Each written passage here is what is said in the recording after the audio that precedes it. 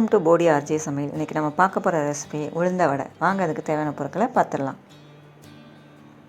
உளுத்தம்பருப்பு 200 கிராம், பச்சரிசி மாவு 1 ஸ்பூன், இஞ்சி 1 துண்டு, ஜீரகம் 1/2 ஸ்பூன், மிளகு 1 ஸ்பூன், பொடியாக நறுக்கிய பச்சை மிளகாய் 2, கொத்தமல்லி தேவையான அளவு, 2 கொத்து கருவேப்பிலை, பெருங்காயம் 1/2 ஸ்பூன், உப்பு, ஆயில். இப்போ நான் உளுந்தம்பருப்பை நல்லா கிரைண்டரில் போட்டு வலுவலுன்னு அரைச்சி வச்சுருக்கேன். நீங்கள் உளுந்தம்பருப்பை ஒரு 1.5 to 2 மணி நேரம் நல்லா ஊற வச்சுக்கோங்க. அதை கழுவிட்டு தண்ணி ஃபுல்லாக வடிகட்டிடுங்க. அப்புறம் கிரைண்டரில் போட்டு லேசாக தண்ணியை தொளித்து நம்ம நல்லா அப்பப்போ தொளிச்சு விட்டு நம்ம நல்லா அரைக்கணும். வலுவலுன்ட்டு தொளிச்சு விட்டுக்கிட்டே இருந்திங்கன்னா இந்த மாதிரி நம்ம கெட்டியாக நமக்கு மாவு கிடைக்கும். இப்போ நான் அந்த மாதிரி மாவு எடுத்து வச்சுருக்கேன். இதில் 1 ஸ்பூன் நம்ம பச்சரிசி மாவை சேர்த்துக்கலாம். அப்போ தான் உங்களுக்கு எண்ணெய் அதிகமாக குடிக்காது. இப்போது ஒரு துண்டு இஞ்சியை சின்ன சின்னதாக நறுக்கி போட்டிருக்கேன். அது கூட பச்சை மிளகாய் 2 நறுக்கி போட்டிருக்கேன்.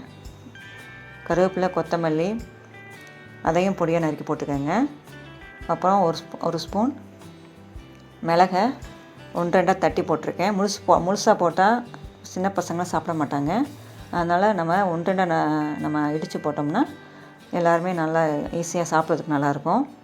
அது கூட ஒரு 1/2 ஸ்பூன் ஜீரகம், தேவையான அளவு உப்பு, பெருங்காயம் எல்லாத்தையும் போட்டு நல்லா மிக்ஸ் பண்ணிக்கோங்க. உங்களுக்கு வெங்காயம் வேணும்னா அதை கூட சாம்பார் வெங்காயத்தை ஒரு 5 வெங்காயம் இருந்தால் போதும். அதை நல்லா பொடியாக நறுக்கி நீங்கள் கூட சேர்த்து மிக்ஸ் பண்ணிக்கலாம். இப்போது மாவை நல்லா மிக்ஸ் பண்ணி வச்சாச்சு. நெக்ஸ்ட்டு ஒரு கடாயில் நம்ம எண்ணெயை ஊற்றி சூடு பண்ணிக்கலாம். எண்ணெய் நல்லா சூடாயிடுச்சு. அதில் நம்ம வடையை போட்டுடலாம். எண்ணெய் ஒரு ரொம்ப சூடாகக்கூடாது, உங்களுக்கு மீடியம் ஃப்ளேமில் தான் இருக்கணும். இப்போது வடை இந்த மாதிரி போடும்போது பக்கத்தில் தண்ணியை வச்சுக்கோங்க. ஒரு பவுலில் தண்ணியை தொட்டு நம்ம மாவை எடுத்து இந்த மாதிரி நடுவில் ஓட்டையை போட்டு நம்ம போட்டுடணும் எண்ணெயில். அந்த மாதிரி போட்டிங்கன்னா உங்களுக்கு கையில் மாவு ஒட்டாது. நல்லா இந்த மாதிரி அழகாக புசு புசுன்ட்டு வரும். மாவு திக்காக இருந்தால் தான் இந்த மாதிரி இருக்கும். உங்களுக்கு தண்ணி ஆயிடுச்சுன்னா அது எண்ணெயை ரொம்ப குடிக்கும். அதனால் நீங்கள் நல்லா கெட்டியாகவே அரைச்சிக்கோங்க.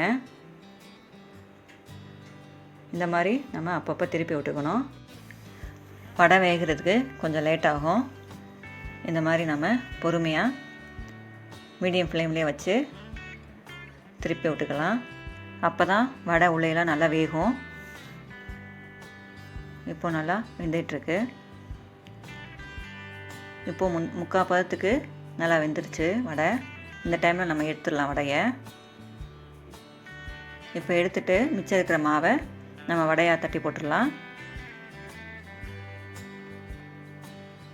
இந்த அளவுக்கு வெந்தால் போதும். இப்போ நம்ம மிச்சம் இருக்கிற மாவை வடையை தட்டி போட்டுடலாம். இப்போ நான் தட்டி போட்டுட்டேன். அந்த வடையும் முக்கால் பதத்துக்கு வெந்துருச்சு. இப்போது நம்ம ஃபஸ்ட்டு எடுத்து வச்சுருந்தோம் இல்லையா, அந்த வடையை இதோட சேர்த்து போட்டுருங்க. போட்டு நல்லா கோல்டன் கலரில் வரணும். இந்த அளவுக்கு கோல்டன் கலர் வந்தோடனே நம்ம வடையை எடுத்துடலாம். இந்த மாதிரி நம்ம எதுக்கு இப்படி பண்ணுறோம்னா, ஃபஸ்ட்டே நம்ம அந்த வடையை ஃபுல்லாக நம்ம கோல்டன் கலர் வர வரைக்கும் நம்ம ஃப்ரை பண்ணோம்னா எண்ணெய் நல்லா சூடாயிரும். அப்புறம் 2வது போடும்போது அந்த வடை சீக்கிரம் உங்களுக்கு மேலே குக்காகும், ஆனால் உள்ளே குக் ஆகாது. அதனால தான் நம்ம இந்த மாதிரி பண்ணுறோம். இந்த மாதிரி பண்ணிங்கன்னா உங்களுக்கு உளுந்த வடை நல்லா கிறிஸ்பியாக கிடைக்கும். இப்போ சூப்பரான உளுந்த வடை நமக்கு ரெடி ஆயிடுச்சு. கண்டிப்பாக ட்ரை பண்ணி பாருங்கள். மீண்டும் அடுத்த வீடியோவை சந்திக்கும் வரை நன்றி, வணக்கம்.